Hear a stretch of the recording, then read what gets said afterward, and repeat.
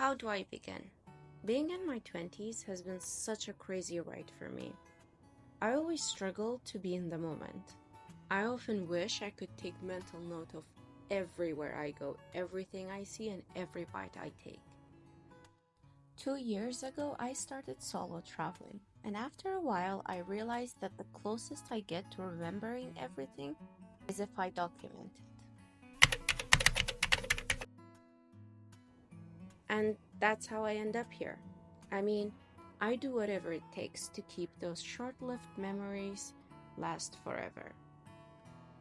Though I have traveled to many cities in the last 2 years, I felt best in Seoul. Besides a very vibrant and warm culture, Seoul also has many beautiful neighborhoods that are filled with convenience stores, coffee shops, and speaking of coffee shops, they have the best bakery goods in Korea. And the nightlife in Seoul is lit. Shops and restaurants often stay open until around midnight, which is similar to home for me.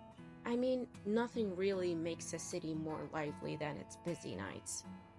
By the way, speaking of home, Seoul is also surrounded by beautiful mountains and characterized by steep streets, creating a very dynamic landscape. There is just something about mountains, the ups and downs, that draws my attention.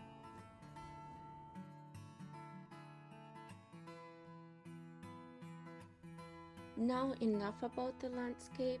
Food was actually the main reason for me visiting South Korea. I'm guilty for watching eating shows and mukbangs here on YouTube, and Korean food has grown on me big time.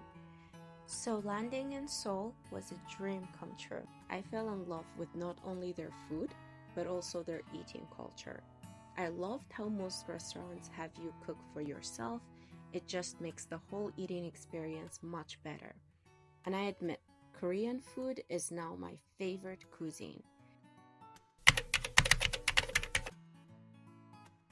I tried many different dishes as seen in this video, but most shockingly, I tried blowfish for the first time in my life, and I loved it.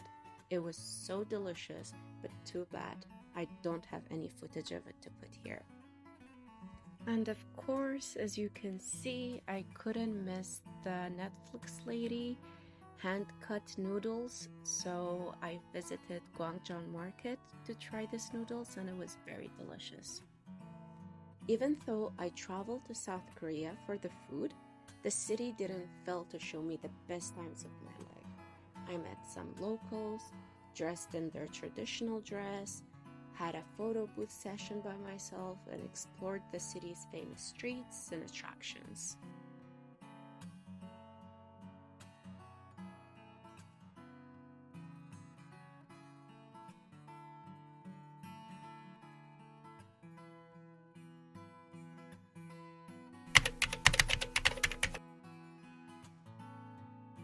And my trip wouldn't have been complete without visiting this library that is all over social media.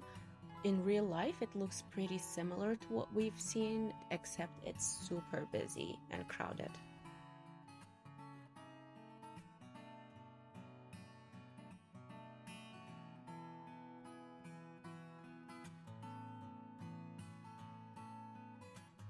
And I must say, this was the most delicious and fluffy bread I have ever had in my whole entire life.